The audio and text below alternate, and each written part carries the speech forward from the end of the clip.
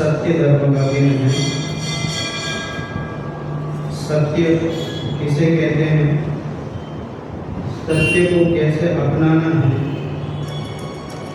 सत्य को अपनाने से क्या फल मिलता है, इत्यादि बातों का कम से कम आज के दिन तो विचार अवश्य होना चाहिए। सत्य को समझे बिना सत्य की प्राप्ति नहीं हो सकती है। सत्य बोलने से पहले सत्य को समझना आवश्यक है। बिना सोचे समझे हम जो भी बोल देते हैं वो सत्य नहीं है। सत्य बोलने से पहले सत्य को समझना है। अगर जो मन में आया और या जो हमें सही लगता है उसे हम सही बोल दें तो वही सही हो, ऐसा नहीं है। एक ही वस्तु जो हमें सही दिखाई देती है वही वस्तु किसी और को गलत दिखाई देती है। आपकी अपेक्षा से उसे आप सही कहेंगे, सामने वाला उसी को गलत कहेगा। सामने वाले की अपेक्षा आप गलत हुए, आपकी अपेक्षा सामने वाला गलत हुआ, तो सच्चा झूठ कौन हुआ? सामने वाला को हम समझ रहे झूठा है और सामने वाला हमें समझ रहा झूठा है। तो वस्तु को देखने के अलग अलग अनेक दृष्टिकोण होते हैं, अनेक दृष्टिकोण होते हैं। इसलिए कि केवल मैं ही सही हूँ, मैं जो कहता हूँ वही सही है, ऐसी मान्यता को दूर रख करके वास्तविकता क्या है उस पर गहराई से चिंतन मनन करने का नाम सत्य धर्म है।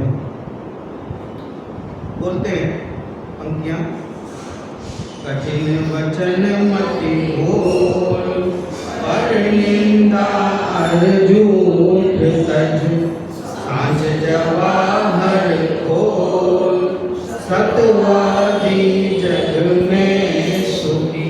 क्या कहना चाह रहे हैं? कठिन वचन मत बोल। कठिन वचन बोलने के लिए मना कर रहे हैं। झूठ वचन मत बोल, ये नहीं कहा। क्या कह रहे हैं? कठिन। कठिन माने क्या? जिसके उच्चारण करने में हमें कठिनता आए उसको बोलते हैं कठिन वचन। कई बार कहते हैं कि पंडित जी बहुत कठिन भाषा बोलते हो। अरे क्यों भाई? कठिन भाषा है, भाषा बहुत आप गहरी भाषा बोल देते हो, शब्दों का ऐसा उच्चारण कर देते हो तो समझ में नहीं आती। वो अंग्रेजी पढ़ने वाले बच्चे के कभी बोलो 63, बोले क्या है? तो पंडित जी क्या होता है 63? तो उनको बताना पड़ता है। तो जो समझ में नहीं आए वो कठिन हुआ, वो वाला कठिन नहीं। कठिन का आपको बताया ना, सही बताया आपने। कर्कश, कर्कश वचन बोलना ही इसको नाम कठिन वचन।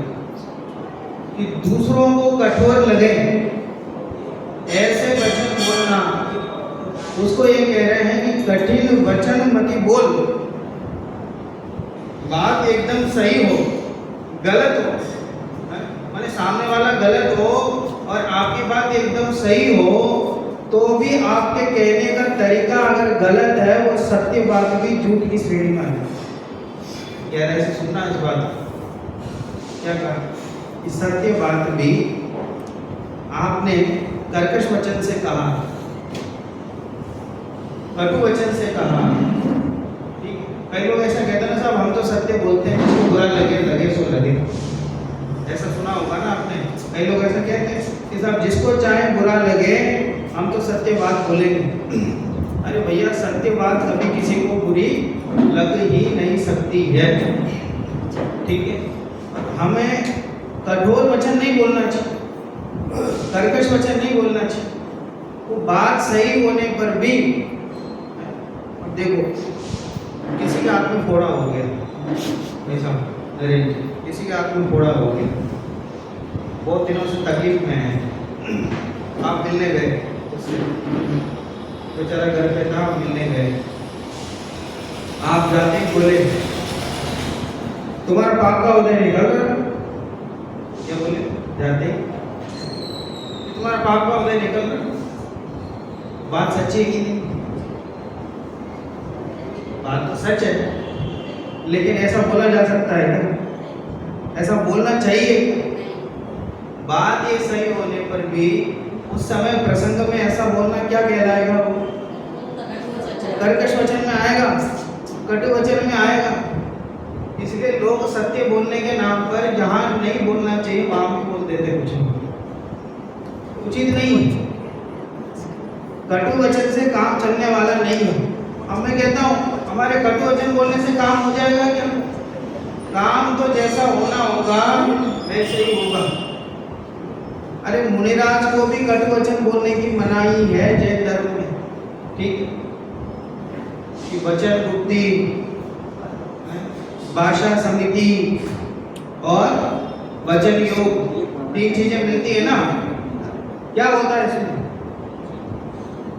अरे इतने प्रेम से बोलते हैं, दिन रात आत्मा का चिंतन, मृद संभाषण में वही कथन। मृद संभाषण, बहुत कोमलता से बोलते हैं। ऐसा बोलते हैं ऐसा लगता है कि फूल झर रहे हो। इतने प्रेम से बोलने, हित मित प्रिय वचन बोलने की बात है, अकेले हित की बात नहीं है। कई लोग ऐसा कहते हैं कि साहब हम तो हित की बात बोलते हैं, बुरी लगे तो बुरी लगे। बात समझ में आए? और सब आप लोग अधिकतर सब यूपी से आते हैं ना, वहाँ के लोग ज़्यादा बोलते हैं कि भैया हम तो बोल देते हैं, सीधे ही बोल देते हैं। अरे भैया सच्ची बात भी बहुत प्रेम से बोली जानी चाहिए। हित मित प्रिय भाषा होनी चाहिए, भाषा बहुत अच्छी होनी चाहिए। बात समझ में आ रही ना? तो कठोर, वो ऐसा कहते हैं ना, क्रोध में की गई मीठी बात भी कड़वी लगती है। क्रोध में की गई मीठी बात भी कड़वी लगती है। भगवान महावीर ने वहां दिव्य ध्वनि में उनकी दिव्य ध्वनि खिल रही होगी। अब जरा विचार करो, लोग आपस में बातचीत कर रहे होंगे, ऐसा तो होता नहीं है संवत्सरण में, थोड़ी कल्पना करो, लोग आपस में बातचीत कर रहे होंगे तो भगवान क्या कहेंगे? चुप हो जाओ, समझ में नहीं आता, दिव्य ध्वनि कर रही है, वस्तु स्वरूप का विवेचन हो रहा है, समझ में नहीं आती तुम लोग, सुनो ध्यान से। ऐसा बोलते होंगे? बोलो क्या करते होंगे? अरे वो दिव्य ध्वनि तो कर रही है, जिसे सुनना हो तो सुने, जिसे ग्रहण करना हो करें, और जिसे नहीं करना हो नहीं करें। बारिश ने नहीं किया ग्रहण तो क्या कर लिया आदिनाथ भगवान ने? कुछ नहीं। बात समझ में आ रही? अरे अपना काम तो जो सच्ची बात है उसे हित मित प्रिय भाषा में कहना, और नहीं माने तो नहीं माने, अपने हाथ में क्या है? बात समझ में आ रही ना? इसलिए कर्कश वचन बोलना, गुस्से के वचन बोलना, क्रोध के वचन बोलना ही झूठ की श्रेणी में ही आता है। बोलो, एकदम सच्ची बात को भी अगर क्रोध के वशीभूत होकर के कठोर शब्दों में बोले तो उसको भी झूठ कहा। गजब हो गया सब। तो सच्ची बात को ऐसे कर्कश वचन से बोले तो झूठ हो गया? हाँ बिल्कुल है। क्यों? क्योंकि वो कषाय के अधीन वचन हुआ। क्या कारण है उसमें? वो कषाय के अधीन वचन हुआ कि कषाय के वशीभूत कहा हुआ वचन होने से वो भी झूठ की श्रेणी में आ जाता है। इसलिए यहाँ कवि कह रहे हैं, कठिन वचन मति बोल। कर्कश वचन बोलना भी झूठ की श्रेणी में आता है। परिनिंदा, दूसरों की निंदा करना भी झूठ है। बोलो, बिल्कुल सही निंदा हो, सामने वाला गलत हो, उसके बारे में फिर भी निंदा करना क्या है? झूठ है। तो निंदा करना ही क्यों है? पहले विचार तो करें कि कोई व्यक्ति आकर के कहे कि साहब वो पता है आपके बारे में क्या कह रहा था। बात समझ में आ रही है? क्या आपके बारे में क्या कह रहा था, ऐसा बोले तो वो उसमें शांति जी वैसा भी उदाहरण देते हैं कि कोई व्यक्ति ऐसा आपके पास आए और ये बोले पता आपके बारे में क्या कह रहा था। पहले तो उससे पूछो उसने जो बात कही है उससे मेरा कोई लाभ है क्या? कि साहब लाभ तो नहीं है कुछ, बल्कि बुराई की है आपने तो। ठीक है कोई बात नहीं, उसने जो बात कही है उससे तुम्हारा कुछ लाभ हो रहा है क्या? तुम जो कहने आए हो तुम्हारा कुछ लाभ हो रहा है क्या? नहीं साहब मेरा क्या लाभ है, ये तो आप दोनों की लड़ाई है, उसने आपके बारे में ऐसा बोला तो मैं बोलने आया हूँ, मेरा क्या लाभ है इसमें? मुझसे तो सुना नहीं गया इसलिए मैं आ गया। कोई बात नहीं, आप जो बात बोल रहे हो उससे जिसने जो बात कही उसको कुछ लाभ होने वाला है क्या? कह रहे उसको भी कोई लाभ नहीं है, उसने तो बुराई की है, आपकी निंदा की है, उसको भी कोई लाभ नहीं है। कोई बात नहीं, उसने जो बात कही है उससे किसी और को लाभ होने वाला है क्या? कह रहे किसी को कोई लाभ होने वाला नहीं। आप सुनो तो सही पहले क्या कहना चाह रहा हूँ। बोले भैया तो मत बोलो, जो बात उसने जो निंदा मेरी की है उससे ना तो मेरा लाभ है, ना तुम्हारा लाभ है, ना उसका लाभ है, ना किसी का लाभ है। ऐसी बात करके फायदा ही क्यों? ऐसी निंदा करके फायदा ही क्या है? ऐसे पर निंदा करके क्या मिलने वाला है? कह रहे झूठ की सीढ़ी में जाता है। बोलो इसे कभी हमने झूठ माना है? कभी किसी की निंदा करना भी झूठ है, कर्कश वचन बोलना भी झूठ है, कठोर वचन बोलना भी झूठ है। हम क्या सोचते हैं, जैसे देखा जैसे जाना वैसे ही हमने कह दिया तो सच हो। परिभाषा तो यही सुनी है ना हमने कि जैसा देखा जैसा जाना जैसे सुना वैसे ही हमने कह दिया सच हो। उदाहरण देते ना कि आप बैठे हो, इधर से एक गाय निकली, पीछे से एक आदमी आया तलवार लेकर के और आपसे पूछा तो गाय को देखी तुमने? तो गाय दिखी आपको? तो अगर आप सत्यवादी हैं तो क्या करेंगे? जैसा देखा जैसे जाना, बोलो साहब को नाम देखा, क्या कहेंगे आप? हैं? मौन हो जाएंगे। तो फिर सत्य का पालन होगा कि नहीं? सत्यवादी कहलाएंगे कि नहीं? सत्य की परिभाषा तो यही है, जैसा देखा जैसा जाना जैसा सुना वैसे कह देना। अब मौन हो गए इसका मतलब सत्यवादी हुई कि नहीं? अरे बिल्कुल सत्यवादी है। बोले क्यों? क्योंकि ये तो बहुत सामान्य परिभाषा है कि जैसा देखा जैसा सुना वैसे कह दिया। लेकिन आपने अगर हाँ कह दिया उसके बाद का कदम क्या होगा? उसके बाद जाकर वो गाय को मारेगा तो हिंसा होगी। तो आपके वचन से हिंसा हुई तो हिंसा के कारण जो वचन बोला गया वो सच है कि झूठ है? झूठ है ना। तो कषाय के वश में बोला गया वचन है वो तो झूठ। इसलिए ये बात तो सही है कि जैसा देखा जाना वैसे बोल देना सच है, उसकी भी अपेक्षाएं हैं। लेकिन जिससे कलह हो जाए, बात समझ में आई ना? कोई आदमी किसी के बारे में बुराई कर रहा है, फिर बाद में उनकी आपस में लड़ाई हो रही है, आप वहां खड़े थे तो उसने कहा क्यों बोलो तुम भी थे ना उस दिन, इसने बोला कि नहीं मेरे बारे में ऐसा? तो आप बोलो हाँ मैंने जैसा देखा जैसे सुना वैसे कहे, हाँ हाँ तुम्हारे बारे में ऐसा कह रहा था। तो क्या होगा?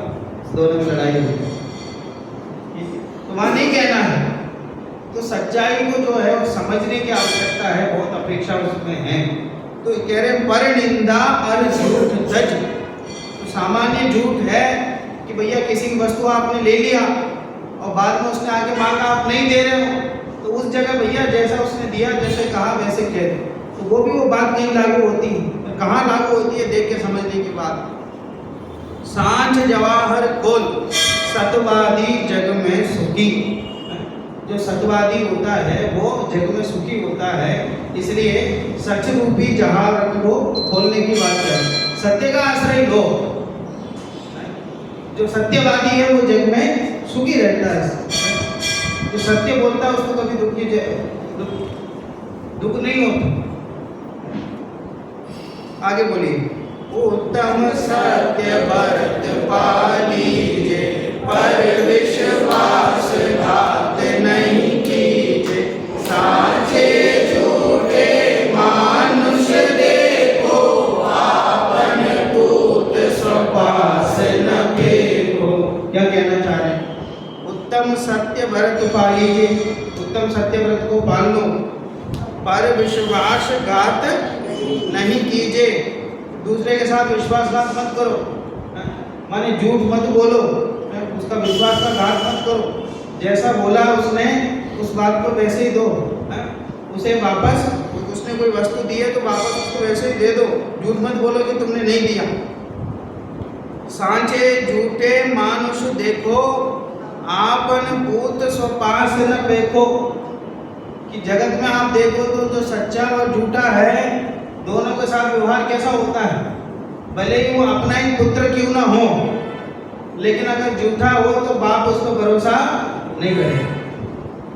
वो भले अपना बाप क्यों ना हो, वो झूठा होगा तो उसका पुत्र उसको भरोसा नहीं करे। आगे बोलिए। देखो तिहायत पुरुष सांचे, को दरब सब दीजिए, मुनिराज श्रावक की प्रतिष्ठा, सांचे गुण रख लीजिए। ऊंचे सिंहासन बैठे वसुनप, धर्म का भूपति भया, बचे झूठ से दीन नरक पहुंचा, स्वर्ग में नारद गया। क्या कहना चाह रहे हैं? पेको तिहायत पुरुष सांचे, को दरब सब दीजिए। जो सच्चा व्यक्ति होगा, प्रामाणिक व्यक्ति होगा, उसे सब दरब देते हैं, उस पर भरोसा करके देते हैं, सच्चा व्यक्ति है। इसके पास कि समझो दुकान में आया और हमने हड़बड़ी में उसको 2-4 रुपये ज़्यादा दे दिया और उसने वापस दे दिया कि भैया आपके पैसे वापस आ गए, तो ऐसा विश्वासी व्यक्ति होगा तो समझो उसको ज़रूरत पड़ेगी, अगली बार पैसा नहीं होगा तो भी क्या कहेंगे उससे, कोई बात नहीं बाद में दे देंगे। ठीक है, बात समझ में आ रही ना? तो वो ऐसा विश्वास किस पे करते हैं लोग? जो सच बोलते हैं, जो सच का आश्रय लेते हैं। तो इसलिए वो कह रहे हैं मुनिराज श्रावक की प्रतिष्ठा, सांच गुण रख लीजिए। वो चाहे मुनिराज हो चाहे श्रावक हो, दोनों की प्रतिष्ठा किसमें है कि वो सच्चे गुण, वो उनकी सत्यता के आधार पर ही उनकी प्रतिष्ठा है। और कोई व्यक्ति सत्य नहीं बोले, ऊंचा पद धारण करके भी सत्य नहीं बोले, झूठ बोले, तो उसकी क्या स्थिति होती है? अधोगति में जाता है। तो उसका भी एक उदाहरण दिया, ऊंचे सिंहासन बैठी वसु नृप, धर्म का भूपति भया। बहुत बड़ा राजा हुआ था, कि कौन? राजा वसु। बच झूठ से दी नरक पहुंचा, स्वर्ग में नारद गया। इतना बड़ा पद धारण कर लिया, राजा जैसा पद था, तो भी कहाँ पहुंचा? नरक में पहुंचा। पर्वत है, वसु है और नारद, ये तीन हैं। इनकी कहानी तो आपने सुनी होगी, अजरष्टभ्यम। ये तीनों, जो पर्वत के जो पिताजी थे वो पाठशाला पढ़ाते थे, विद्वान थे, और वसु के पिताजी राजा थे, और नारद, ये तीनों मिलकर के पाठशाला में पढ़ते थे।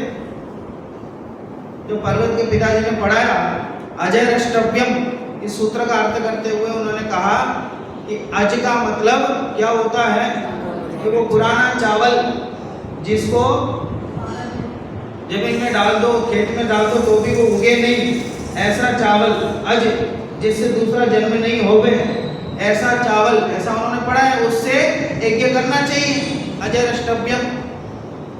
तो बाद में उनकी जब मृत्यु हो गई तो फिर वो पर्वत ने पाठशाला उसने चलाना शुरू कर दी। और इधर राजा वसु के पिता ने दीक्षा ले ली तो फिर वसु राजा बन गया और नारद अपनी आजीविका में लग गया। फिर एक दिन पर्वत अपने पाठशाला में बच्चों को पढ़ा रहे थे, तो उन्हें कहा, अज का अर्थ किया बगरा, और उसका वास्तविक अर्थ क्या था? चावल था, पुराना चावल था। तो वहां से गुजरते हुए नारद ने सुन लिया, तो वो वहां पे पहुंचे, कहा तो ये गलत अर्थ क्यों कर रहे हो? हमारे गुरुजी ने आपको क्या पढ़ाया था? इसका अर्थ तो पुराना चावल है, बकरा कैसे कर रहे हो उसको? वो बहुत विपरीत अर्थ, और उससे हिंसा की प्रवृत्ति चल पड़ेगी, इससे यज्ञ करना चाहिए, ऐसा उनसे कहा, लेकिन अब वो सारे बच्चे बैठे थे, कोई अध्यापक हो और उसको कहे तुम गलत हो, तो कैसे मान लें? वो भी खास करके जब उसके बच्चे सामने बैठे हो और उसके सामने कहे तुम गलत हो, तो कैसे मान लें? बोले नहीं नहीं मैं सही पढ़ा रहा हूँ, मेरे पिताजी ने ऐसे ही पढ़ाया है। बोले मैं भी तो बैठा था पाठशाला में, मुझे याद है अच्छी तरह से, तुम याद करो। बोले नहीं नहीं मैं तो सही कह रहा हूँ। तो कोई बात नहीं, कल चलेंगे राजा के पास। राजा वसु हैं, एक तो राजा भी हैं, इतने बड़े राजा हैं और अपने साथ पड़े हुए हैं, वो सही बता दें। तो निर्णय हुआ कि राजा के पास गए, लेकिन राजा के पास जाने से पहले ही वो पर्वत की मम्मी वहां पहुंच गई राजा के पास कि एक वचन दो। क्यों क्यों क्या वचन देना है? कि हमारे पति ने आपको पढ़ाया है ना, तो गुरु दक्षिणा में एक वचन दो। बोले क्या चाहिए बोलो। तो कल ये पंचायत है, कल आने वाले हैं, तो आप तो आज का अर्थ बकरा ही कर देना, ऐसा वचन ले। वचन लेने वालों ने, ये आप इतिहास में देखो तो वचन लेने वालों ने बहुत बड़ी बड़ी गलत परंपराएं चलाई हैं, तो उन्होंने ले लिया ऐसा वचन। तो फिर अगले दिन गए, उन्होंने पूछा कि सब भैया आप भी तो बैठते थे हमारे साथ, आज भले राजा बन गए हो पर पाठशाला में बैठते थे, तो गुरुजी ने हमको पढ़ाया है, अब मैं कह रहा हूँ पुराना चावल तो मान नहीं रहा, ये कह रहा बकरा है, आप ही बता दो उसका अर्थ क्या। तो वो वचन के अनुसार उन्होंने कह दिया कि वो उसका अर्थ तो बकरा ही है। तो ऐसा कहते हैं वो रत्नों के सिंहासन में बैठा था और वहीं से धस गया और वहीं से वो पृथ्वी में चला गया और सातवें नरक में गया, ऐसा क्या। माने इतना ऊंचा पद धारण करने वाले व्यक्ति भी एक झूठ के कारण, बात समझ में आ रही ना। अब वो एक झूठ भी कोई बहुत छोटा मोटा झूठ नहीं है, वो उसकी वजह से आज तक वो हिंसा प्रवृत्ति चल रही ना। कितना बड़ा झूठ हुआ, वो कितनी बड़ी हिंसा हुई उसके माध्यम से। तो ये समझने की बात है, ऊंचा पद धारण करके एक झूठ के माध्यम से भी नरक में पहुंचा जा सकता। ये झूठ ऐसी चीज है कि वो आपको एकदम उच्च स्थान से भी नीचे पहुंचा दे, और सच ऐसा है कि एकदम नीचे स्थान से भी ऊपर पहुंचा दे। इसलिए कहा स्वर्ग में नारद गया। बोले एक बार पूरी पंक्तियां। कठिन वचन मति बोल,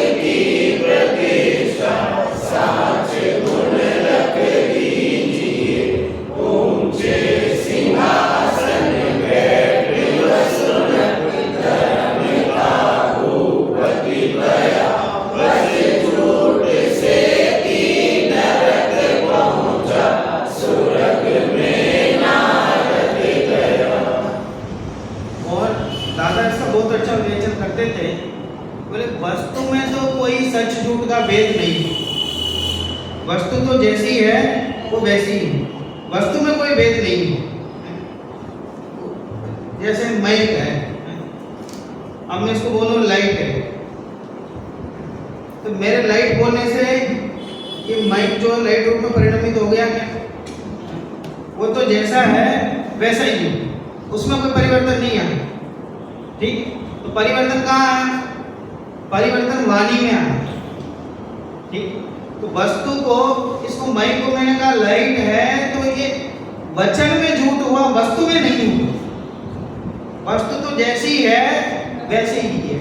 ये तीन प्रकार की वस्तु होती है ना, जैसे माइक है, ऐसा बोलो, एक तो माइक बोलो, ये जो माइक है ये माइक है एक हुआ, और जो वचन से बोल रहा हूँ माइक ये, और मेरे ज्ञान में जो झलक रहा है माइक, ये तीन है। तो तीन में से वस्तु में तो कोई सच झूठ नहीं है, तो ज्ञान में जो आ रहा है उसमें भी कोई सच झूठ नहीं है, तो फिर झूठ कहाँ है? वाणी में है। ठीक, कि वस्तु को समझें, वस्तु स्वरूप को समझें तो सच अपने आप हो, सत्यता की प्राप्ति अपने आप होगी। वस्तु तो जैसी है वैसी ही, वस्तु स्वभाव को अगर हम पहचान लेंगे तो ऐसे मैं आत्मा हूँ तो मेरा स्वभाव क्या है कि जानना देखना है, ऐसा हम पहचान लेंगे तो सत्य धर्म प्रकट होगा। तो जो वस्तु जैसी है उसे वैसे ही मानना, वैसे ही कहना, उसी का नाम सत्य है। तो फिर सबसे पहले कि मैं कौन हूँ, मैं जो वस्तु हूँ वो कौन हूँ, कि मैं आत्मा हूँ, जानना देखना मेरा काम है, ऐसा मान लेने से वो सत्य धर्म प्रकट होता है। सत्य धर्म को वचनों से बाहर निकाल कर आएंगे, वचनों से दूर ले आएंगे और मान्यता उसकी यथार्थ समझ तक नहीं पहुंचेंगे, तब तक सत्य धर्म समझ में आने वाला नहीं है। वस्तु स्वरूप को समझना ही सत्य धर्म को प्रकट करने का उपाय है। चलिए अभी अष्टपाठ पर आ जाइए। कल 18 नंबर की गाथा की चर्चा हमने की। एक बार 18 नंबर जो गाथा है उसका पद्यानुमान बोलिए। आ गया ग्रंथ, पेज नंबर 141। अरे तू नर लोक में अगणित जन्म धर धर जिया, हो जल जल से भी अधिक जो दूध जननी का पिया। क्या कहना चाह रहे हैं? अनादिकाल से हमारी उपलब्धि क्या रही? जन्म मरण किया और जन्म मरण करके अनेक माताओं के सन का दूध हमने पिया है, उसको अगर इकट्ठा किया जाए तो समुद्र से भी बड़ा हो जाए। अब आगे देखिए, आगे क्या कहना चाह रहे हैं 19 नंबर की गाथा। आगे फिर कहते हैं कि जन्म लेकर मरण किया, तब माता के रोने के अश्रुपात का जल भी इतना हुआ कि तुह मरणे दुखे ने अन्नन्नानं अनेय जननीनं रुन्नान नयन नीर सायर सलिलादु अहियरम। तेरे मरण से दुखित जननी नयन से जो जल बहा, वह उदकी जल से भी अधिक है वचन जिन भरने का। क्या कहना चाह रहे? देखिए, रुन्नान नयन नीर, रुन्नान माने रोने से, नयन नीर, नयन माने आंखें और नीर माने जल, ठीक है, पानी, आंखों से जो नीर निकलता है, ठीक है, माने आंसू। तो नयन नीर का क्या अर्थ हुआ? आंसू। तो रोने से जो आंसू निकलते हैं, लेकिन वो रोना कब होता है? कब रोने से आंसू आता है? आंसू तो हर जगह आते हैं। कभी आदमी ज्यादा हंसने लगता है तो भी आंसू आ जाता है, आंसुओं का भरोसा नहीं। कभी व्यक्ति बहुत जोर से हंसता है, आनंद जी बैठा, तब भी उसके आंसू आ जाते। धूल वगैरह कभी आंखों में आ जाते तो भी आंसू आ जाते। आंसू आने के बहुत कारण है। कभी स्कूल जाना हो, मन नहीं हो बच्चों को, जबरदस्ती भेजे तो भी आंसू आ जाते। और कभी स्कूल जाने का मन हो, उसको रोके कि आज नहीं जाना, आज काम है, शिविर है, ये रुक जाओ, तो सही है, तब भी आंसू आते। तो अलग अलग वजह है आंसू आने की। यहाँ कौन सी वजह की बात कर रहे हैं? कह रहे हैं तुह मरणे दुखेन, तेरे मरण के दुख से। ये तुह शब्द लगाया माने कुंद आचार्य सीधे बात कर रहे हैं। किससे बात कर रहे हैं? मुझसे बात कर रहे हैं। कह रहे तुह मरणे दुखेन, तुम्हारे मरण के दुख से, अन्नन्नानं, अन्य अनेक जननीनम, अनेक माताओं के। पुत्र का जन्म तो हुआ, और पुत्र का जन्म होकर के समझो एक ही पुत्र हुआ, एक ही संतान हुई, और सब वो बड़े प्यार से, लाड प्यार से उसको पाला, और उसका मरण। वो माता की हालत क्या होगी सोचो। कह रहे हैं ऐसे जीव के हमारे मरण से अनेक माताओं के जो नयन नीर है। गज कुमार मुनि कौन से मुनि की बात आती है? सुकुमार मुनि, कौन से मुनि की माता रोती रही? सुकुमार मुनि, उन पर उपसर्ग होता रहा, माता इतने प्रेम से उसको रखती थी और वहाँ उपसर्ग हो रहा था, पुत्र वियोग के दुख से वो रोती रही। ये विकल्प नहीं है, एक बार जाके देखे तो आए उधर क्या हो रहा है। विकल्प नहीं आया एक बार। तो इतने माताओं को हमने रुलाया है, लेकिन किस काम से? माताएं तो वैसे ही रोती, उनकी बात नहीं माने तो भी रोती। बात समझ में? कभी कभी बात मान ले तो भी रोती, भोजन करे तो रोए, ना करे तो रोए, तो फिर वो अलग बात है। वैसे तो बहुत रुलाया है, लेकिन मरण के दुख से, अकेले मरण की बात है यहाँ, कि मरण के दुख से ही हमने इतने माताओं को रुलाया है कि सायर सलिलात अहियरम, कि अगर उस आंसुओं को इकट्ठा किया जाए तो क्या होगा कि समुद्र से भी ज्यादा हो जाए, इतना जल इकट्ठा हो जाए। इतने माताओं को हमारे मरण के साथ। बोलो, ये बच्चों की बात चल रही है कि माताओं की भी बात चल रही है? या माता का उदाहरण दिया तो अपने आप को माता में मत लेना, अपने आप को किस में लेना? बच्चों में लेना, कि वो मरण का दुख हमने इतना दिया है हमारे माध्यम से। जब भी कोई व्यक्ति मुनि दीक्षा लेता है, तीर्थंकर आदि कोई भी जीव हो, सबकी माताएं होती हैं, वो मुनि दीक्षा लेने जाते हैं तो क्या कह के जाते हैं कि हे माता, ऐसे अनेक माताओं को मैंने रुलाया है आज तक, ठीक है, जन्म मरण से रुलाया है, अब किसी माता को मैं नहीं रुलाऊंगा। तो बोले इतने माताओं को रुलाया है, कहते तो भी कोई फर्क नहीं पड़ा, तो भी कोई अंतर नहीं आया। देखो अर्थ, हे मुने, तू माता के गर्भ में रहकर जन्म लेकर फिर मरण किया, तेरे मरण से अन्य अन्य जन्म में अन्य अन्य माता के रुदन के नयनों का नीर एकत्र करें, तब समुद्र के जल से भी अतिशय कर अधिक गुना हो जावे, अर्थात अनंत गुना। इससे पहले में क्या है कि इतना दूध पिया है कि समुद्र, सारा काम जो किया है हमने, छोटा मोटा काम तो कुछ किया ही नहीं, समुद्र जितना ही काम किया है, जो भी किया। आगे देखिए, आगे फिर कहते हैं कि जितने संसार में जन्म लिए उनके केश, नख, नाक कटे और उनका पुंज करें तो मेरु से भी अधिक राशि करो।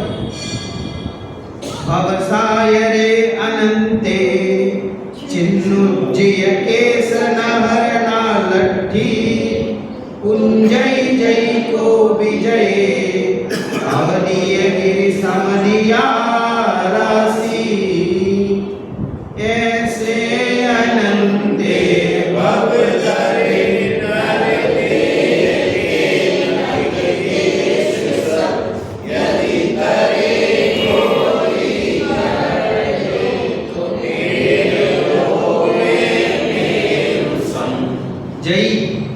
जय मिल गया आपको? कहाँ मिला? नीचे की लाइन में जय। यदि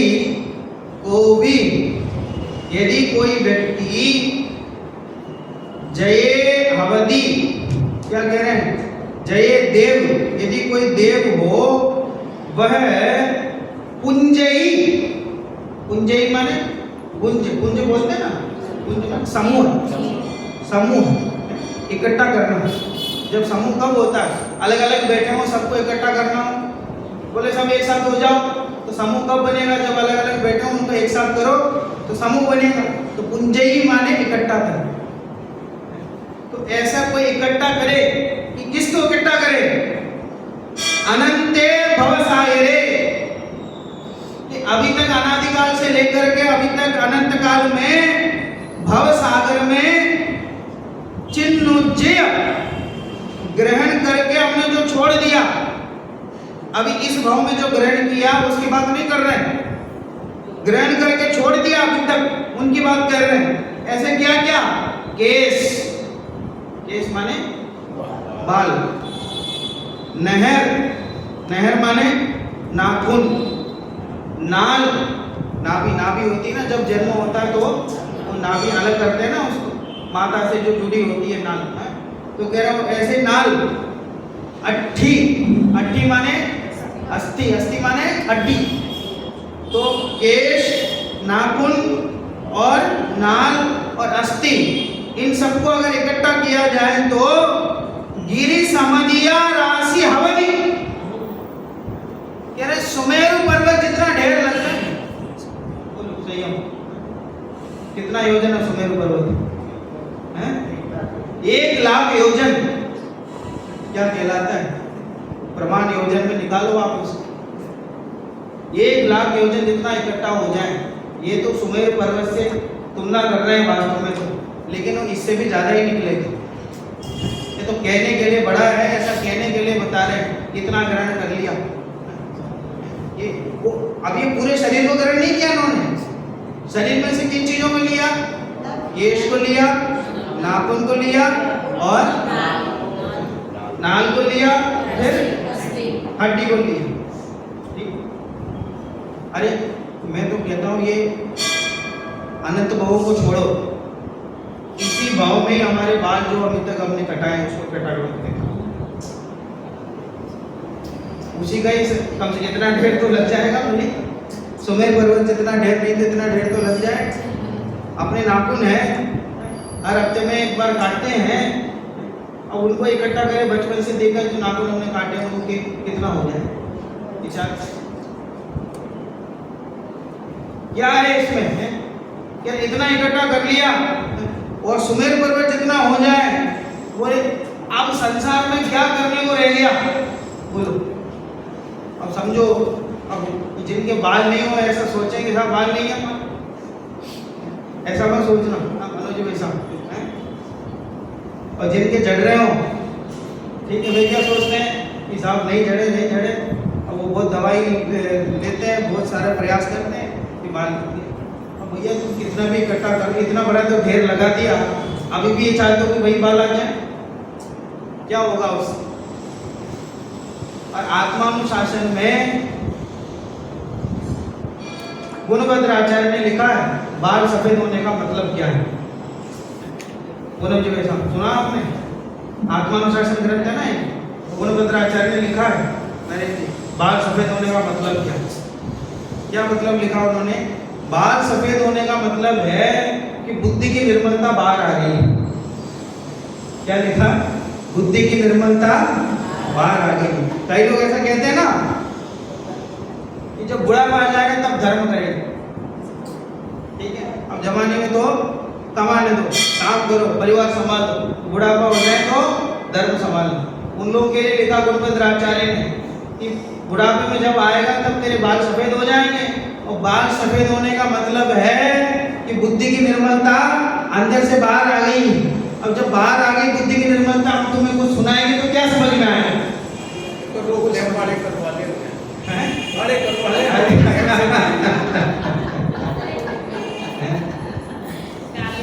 ऐसा निर्मलता तो बाहर ही रहेगी, अंदर नहीं जाएगी। बोलो ऐसे समय में जो बुद्धि की निर्मलता बाहर आ गई, हम कहेंगे आत्मा, कहेंगे हैं, क्या बोल रहे हैं समझ में नहीं। उस समय का इंतजार करते हैं जब कुछ समझ में नहीं आए, जब घर वाले भी कहते हैं बाबूजी बाहर घूम गया थोड़ी देर, क्यों बैठे बैठे हो? ऐसा समय में जाकर के धर्म करने के लिए छोड़ते हो तो कहते उस समय क्या समझ में आएगा? जब घर वाले नहीं समझते तो मैं धर्म क्या समझ में? ऐसा लिखा है गुणभद्र आचार्य। कह रहे धर्म कब से करना? कि बचपन से ही, अरे बचपन से, गर्भ से ही, गर्भ में आते ही उसको धर्म की बात सुनाना शुरू, तब से ही करने योग्य है, ऐसा लिखा। इसलिए यहाँ कह रहे हैं हे मुने, तू अनंत संसार सागर में तूने जन्म लिए, उसमें केश, नख, नाल, अस्थि, कटे, टूटे, उनका यदि कोई देव पूज्य करे तो मेरु पर्वत से भी अधिक, मेरु पर्वत नहीं कह रहे, क्या कह रहे हैं? मेरु पर्वत से भी अधिक राशि हो जाए, अनंत गुना हो जाए, तो भी वैराग्य नहीं आए। आगे कहते हैं कि आत्मन जल, थल आदि स्थानों में सब जगह रहा है। ठीक, बहुत घूमने की इच्छा होती है हमारी। ठीक, महीने भर अगर घर पे रह गए और कहीं गए नहीं, क्या कहीं लेके नहीं जाते, कहीं ले जाओ, कहीं घुमा के ले आओ। माता पिता होते हैं वो भी कहते हैं भैया कहीं जाए आओ, घूम के आओ। हमें भी इच्छा होती है बाहर घूमने की बहुत, ठीक है, यहाँ नहीं गए वहाँ नहीं गए, तो सब लोग उसका रिकॉर्ड भी रखते हैं कि साहब शिखर से इतनी बार गए हैं, गिरनार इतनी बार गए हैं, यहाँ उतनी बार गए हैं, इतनी बार गए हैं, ऐसा बार बार खुद भी सब रखते हैं। फिर भी कहते हैं साहब यहाँ नहीं गए वहाँ नहीं गए, ठीक है। अब इनसे आचार्य से पूछो कहाँ कहाँ गए हैं। जल तल सिहि पवनम पर गिरि सरि दरित रूवनाय संवत्थ वसिवोसि चिरं कालं त्रिभुवन मध्य अणपवसो परवश उपाय रह रहा चिरकाल से आकाश में तले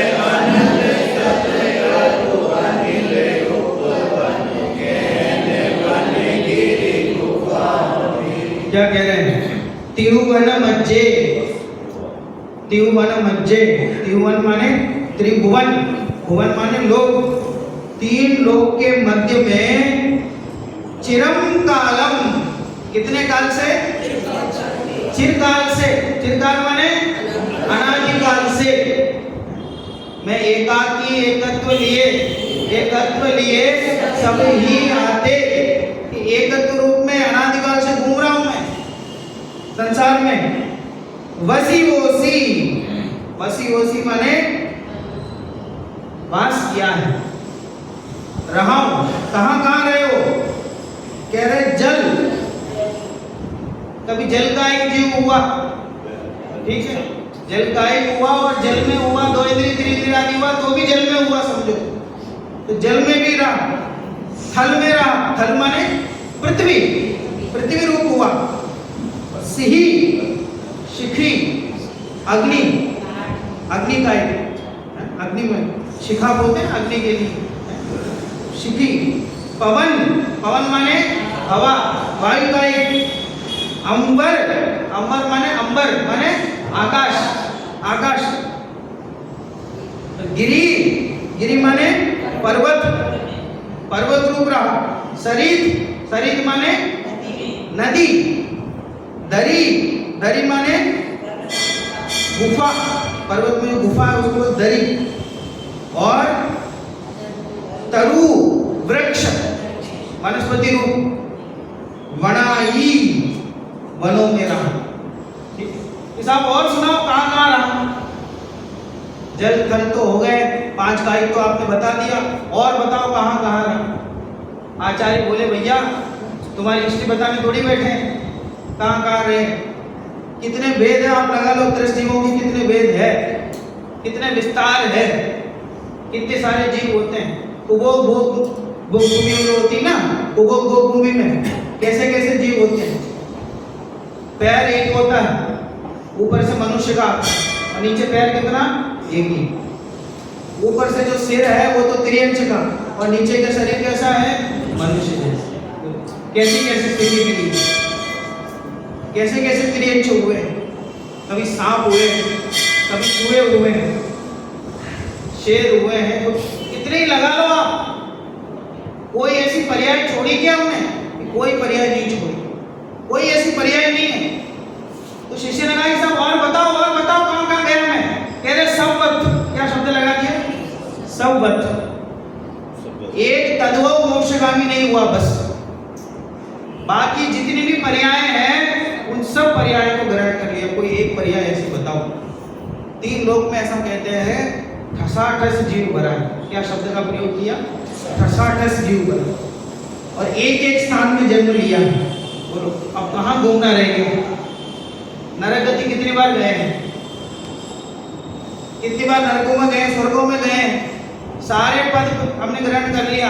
कह रहे सबवत, सब जगह जन्म मरण किया है, सब जगह वास किया है। फिर आचार्य देव से पूछा कारण क्या साहब, ये तो बताओ कारण क्या है? ये सब जन्म मरण क्यों किया मैंने, सब जगह पैदा क्यों हुआ? घूमने की इच्छा की इसलिए? कह रहे नहीं, अणपवसो। क्या कह रहे हैं? अणपवसो, आत्मा के वशीभूत नहीं हुआ इसलिए परिक्रमा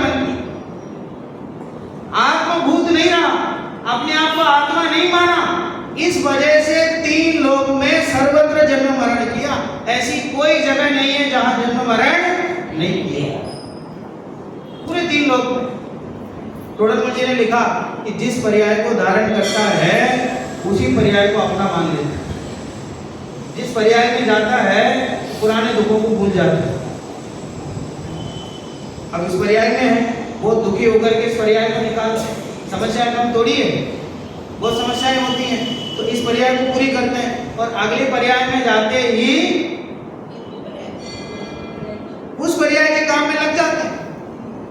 उस पर्याय की जो जिम्मेदारी है उन्हें पूरी करने लगते हैं। इस पर्याय के बारे में जो चिंताएं थी वो सब दूर हो जाती है, फिर सब भूल जाते हैं। तो बड़े दादा एक कहानी सुनाया करते थे। एक बहुत बड़ा सेठ था, तो वो उसके घर में एक मुनिराज आए थे। तो उस सेठ को चिंता इस बात की थी कि उम्र बहुत हो चली है, अब अगले भाव में कहाँ जाएंगे। सबको होती है चिंता, अब उनको भी थी कि अगले भाव में कहाँ जाएंगे। अब ठीक मुनिराज आए, उनको आहार दिया। वो अवधि ज्ञानी मुनिराज, उनसे पूछा कि जब अगले भाव में कहाँ जाऊंगा। सेठ लोभी बहुत है, अगले भाव में मर करके तेरे घर के पीछे जो नाली है, लेटरिन की नाली है, वहां कीड़ा बन करके पैदा हो।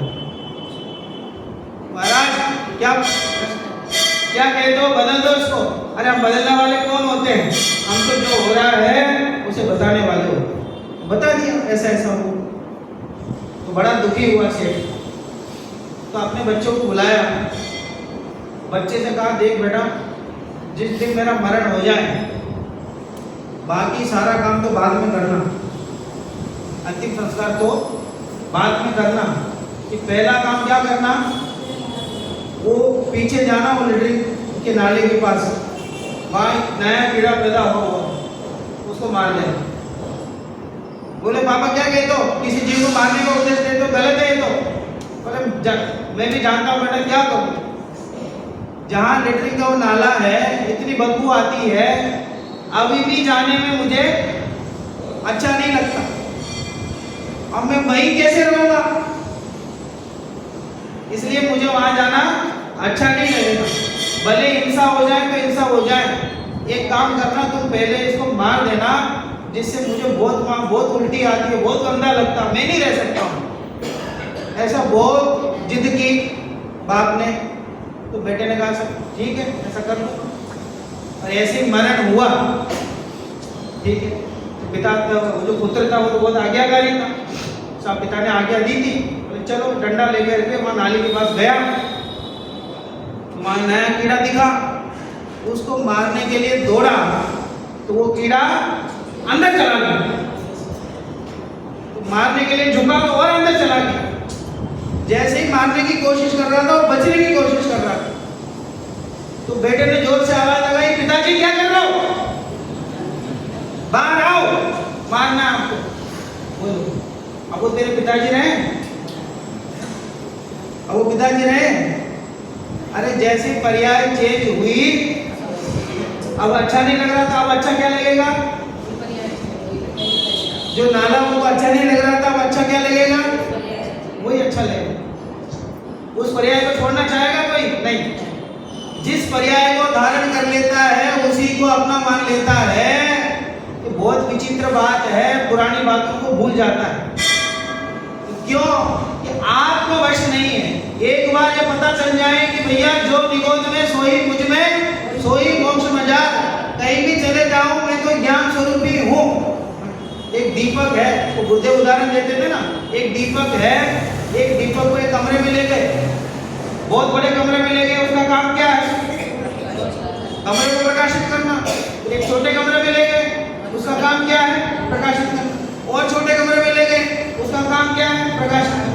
अलग अलग कमरे में ले गए, उसका काम क्या है, प्रकाशित।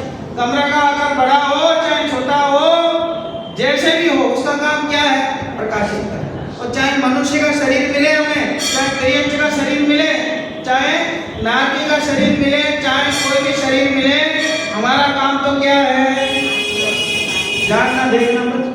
पर्याय से क्या देना है ना, जो पर्याय जैसी मिली, जितने समय तक जैसी रहेगी सो रहेगी। हमारा काम तो जानना देखना है बस, उससे कोई दूसरा काम नहीं। इसको कहते हैं आत्मवश होना। लेकिन आज तक आत्मवश नहीं हुए हैं, इसलिए कहाँ का जन्म मरण किया है? सब वक्त। ऐसी कोई जगह नहीं है जहां जन्म मरण नहीं किया। देखिए आप, हे जीव, तू जल में, थल अर्थात भूमि में, शिखी अर्थात अग्नि में, पवन में, अंबर अर्थात आकाश में, गिरि अर्थात पर्वत में, सरित अर्थात नदी में, दरी अर्थात पर्वत की गुफा में, तरु अर्थात वृक्षों में, वनों में, और अधिक क्या कहें, सब ही स्थानों में, तीन लोक में अनात्मवश अर्थात पराधीन वश होकर बहुत काल तक रहा, अर्थात निवास। पराधीन है ये तिरियंचे बेचारे, देखो पराधीन है, क्या कर सकते, किसके अधीन है? हमारे घर के पास बचपन में देखा वो 3 भाई थे। 3 भाई थे, उनके पास खेत बहुत थे और 2 बैल उनके पास। कितने बैल थे? 2 बैल। 3 भाई 2 बैल। 2 बजे उठता था सबसे बड़ा भाई रात को, तो बैल, दोनों बैलों को लेके जाना और खेत में जोतना शुरू कर देता। छोटा भाई सुबह 6 बजे खेत जाता था चाय लेकर, बड़े भाई को फ्री करता था और बैलों को जोतना शुरू करता। तीसरा भाई वो 10 बजे जाता था नाश्ता लेकर, मंझला भाई है उसको फ्री कर देता था और खेतों को जोतने लगता था। तो दोपहर में 2 बजे तो सबसे बड़ा वाला जो सुबह फ्री हुआ वो भोजन लेके पहुंचता था, उसको दे करके वो बैलों को जोतना शुरू। तो सबसे लास्ट वाला शाम को 6 बजे सब कुछ समेट करके वापस आ जाता। 3 लोग हैं, कितनी बार ड्यूटी बदलती, और लेकिन वो बैल वैसे की वैसे, उन्हें तो जोतता जा रहा है, लेकिन इतना विवेक है कि खुद ज्यादा नहीं कर सकता, इसलिए आपस में ड्यूटी बांट ली कि भैया 2-3 घंटे में तुम आ जाओ। इतना विवेक तो है। इतना विवेक होता तो एक ही व्यक्ति करता ना कंटिन्यू, एक व्यक्ति क्यों नहीं कर रहा? कि हमें तो आराम चाहिए, इतना विवेक है, लेकिन सामने जो तिरियंचे उन्हें आराम चाहिए, ऐसा विवेक नहीं है। कितने पराधीन है। और 6 बजे ला करके बांध दे, फिर 2 बजे वापस उठा के। बात समझ में आ रही? पराधीन है कि जैसे वो व्यक्ति उन बैलों को पराधीन बना करके घुमा रहे हैं, ऐसे अपनी पराधीन हो। जो पर्याय हमें मिली, उस पर्याय की जिम्मेदारियों को पूरी करने में लगाए जा रहे, लगे जा रहे, जन्म मरण करते जा रहे, जन्म मरण करते जा रहे, जन्म मरण करते। विचार करने की बात। एक बार बोलिए तीनों पद्यांवर कितनी गाथाएं हुई आज? 3 होंगी 4?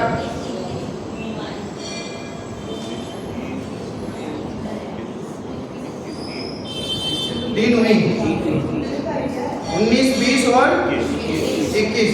बोलिए तीनों के पद्यांवर। तेरे मरण से दुखित जननी नैन से जो जल बहा, जल से भी अधिक यह वचन जिनवर ने कहा, ऐसे अनंत भव धरे नर देह के नख केश सब, यदि करे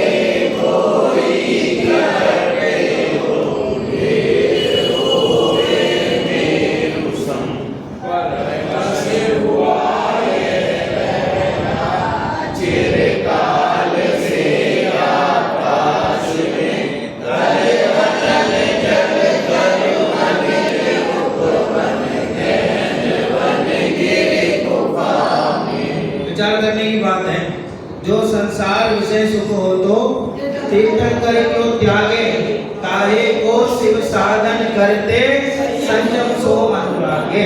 विचार करने की बात। वास्तव में संसार में सुख होता तो तीर्थंकर आदि त्याग करके क्यों जाता? तो ये जो ऐसा संसार है, इसके बारे में विचार तो करें। अब क्या करने को रह गया? जन्म मरण कर लिया, अनेक माताओं को रुला दिया, सारे काम कर चुके हैं, अब कोई करने योग्य काम नहीं रह गया है। कहाँ घूमना है, सब जगह पैदा हो गए, कुछ नहीं घूमना है। जब केवल ज्ञान हो जाएगा तो सब जगह घूम लेंगे एक साथ। जब केवल ज्ञान हो जाएगा तो प्रत्यक्ष सारा 3 लोग झलकेगा। इसलिए पराधीन दृष्टि को हटा करके एक अपने आत्मा में ध्यान लगाएं। ये इसमें जो आई गाथा है उनका सार है, उसे यथावत हम सब समझे, बुद्ध आचार्य की आज्ञा को समझें, ऐसी मंगल भावना।